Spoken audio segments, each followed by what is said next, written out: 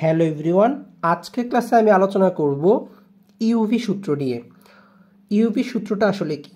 ধরো দুটি ফাংশন যদি গুণ আকারে থাকে তখনই আমাদের এই ইউভি সূত্রটি ব্যবহার করতে হবে। চলো একটি উদাহরণের মাধ্যমে বিষয়টি ক্লিয়ার হওয়া যাক। ধরো এখানে একটি ম্যাথ দেখতে পাচ্ছ, y equals to sine x into ln x. Sine x একটি ফাংশন, লন এক্স আরেকটি ফাংশন, দুটি ফাংশন গুণ আকারে আছে। তাহলে এমন টাইপের প্রবলেম সমাধান করার জন্য আমাদের ইউভি সূত্রটা লাগবে।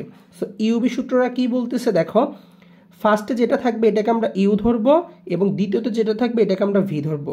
সো তুমি চাইলে এটাকেও ভি ধরতে পারো, এটাকেও ইউ ধরতে পারো, এতে কোনো প্রবলেম নাই, রেজাল্ট একই আসবে। সো দেখো যেটা ফার্স্টে আছে আমরা সেটাকে ইউ ধরলাম এবং সেকেন্ডে যেটা আছে এটাকে আমরা ভি ধরলাম। তাহলে সূত্রটি বলতেছে যে ইউকে রেখে, ফার্স্টে ইউ যেভাবে আছে সেভাবেই থাকবে, ইউকে রেখে আমি ভিকে ডিফারেন্সিয়েশন করব। দেন প্লাস দিয়ে, যেহেতু একটু আগে আমি ভিকে ডিফারেন্সিয়েশন করলাম, এখন ভি যেভাবে আছে এটা সেভাবেই থাকবে, ইনটু ইউকে ডিফারেন্সিয়েশন করব। যেমন দেখো এই ম্যাথের মধ্যে সাইন এক্সকে আমি ধরলাম হচ্ছে ইউ এবং লন এক্স হচ্ছে ভি। সো উভয় পাশে আমি ডি এক্স অ্যাড করে দিলাম যেহেতু আমি ডিফারেন্সিয়েশন করব। দেন ফর্মুলাটা কি, এই ইউকে রেখে সাইন এক্সকে রেখে ভিকে ডিফারেন্সিয়েশন, এই যে ভিকে লন এক্স, এই লন এক্সের সাথে আমি ডি এক্স অ্যাড করলাম।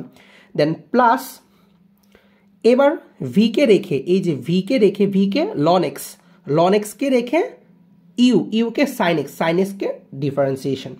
সো এখন সাইন এক্স যেভাবে আছে সেভাবেই থাকবে, লন এক্সকে ডিফারেন্সিয়েশন করলে 1/x, এখানেও লন এক্স যেভাবে আছে সেভাবেই থাকবে, সাইন এক্সকে ডিফারেন্সিয়েশন করলে কজ এক্স। জাস্ট এখানে তাহলে আনসার কি আসবে, sine x by x plus ln x into cos x. So finally এটি হচ্ছে আমার আনসার।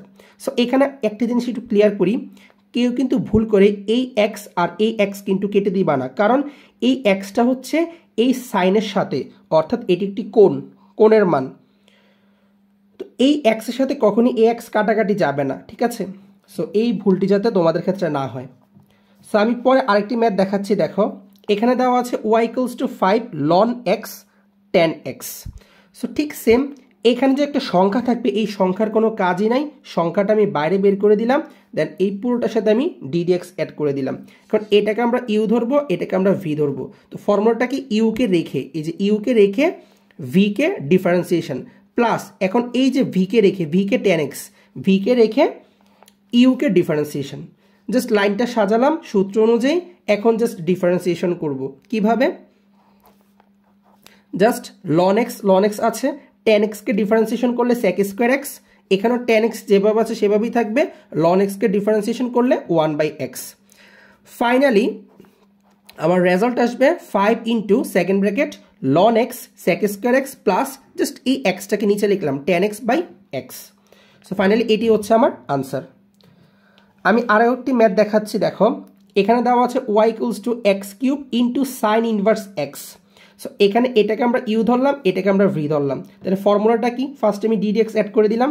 দেন ফর্মুলাটা হচ্ছে ইউকে রেখে, এই যে এটা ইউকে রেখে ভিকে ডিফারেন্সিয়েশন, এখন আমি একদম ডিরেক্ট লিখে ফেললাম। সো সাইন ইনভার্স এক্সকে ডিফারেন্সিয়েশন করলে 1/√1 - x স্কয়ার, এটি হচ্ছে ফর্মুলা, ঠিক আছে? দেন যেহেতু আমি এটাকে ডিফারেন্সিয়েশন করলাম, এখন আমি এটিকে রেখে দিব, এটিকে রেখে ইউকে ডিফারেন্সিয়েশন করব। সো এক্স কিউব ডিফারেন্সিয়েশন করলে কি আসবে, x⁴n এর সূত্র, ওই যে পাওয়ার যেটা আছে সেটা সামনে চলে আসবে, দেন চলকটা বসে পাওয়ার 1 কমে যাবে, 3 ছিল 1 কমে 2 হলো। সো ফাইনালি এটি হচ্ছে আমার আনসার।